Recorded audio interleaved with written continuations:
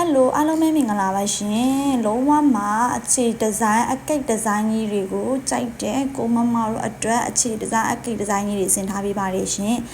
စလင်းဝါလေးရဲ့ခရမ်းဆွဲလေးရဲ့ချစ်စီတွန်နီလေးရဲ့ရှိပါမယ်ရှင်မတို့เนาะဒါလေးတွေဆိုလို့ရှိရင်ဒူးကာလာလေးတွေပေါ့เนาะအရန်လှတော့ဒီဇိုင်းကြီးတွေရှင်ဒီမှာเนาะ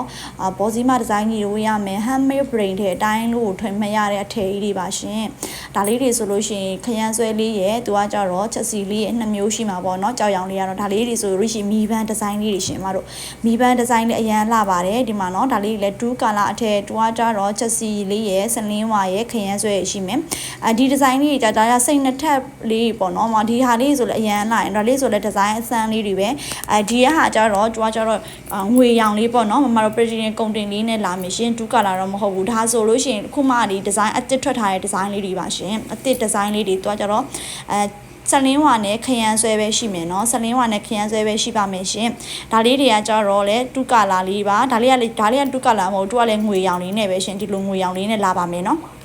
အထည်ဒီဇိုင်းကြီးတွေလုံးဝမှာငွေထည်ဒီဇိုင်းကြီးတွေကိုဝတ်ချင်တဲ့ကိုမမတို့အတွက်ဆိုရင်တော့လုံးဝဝတ်ဆင်လို့ရတဲ့အထည်ကြီးတွေပါရှင်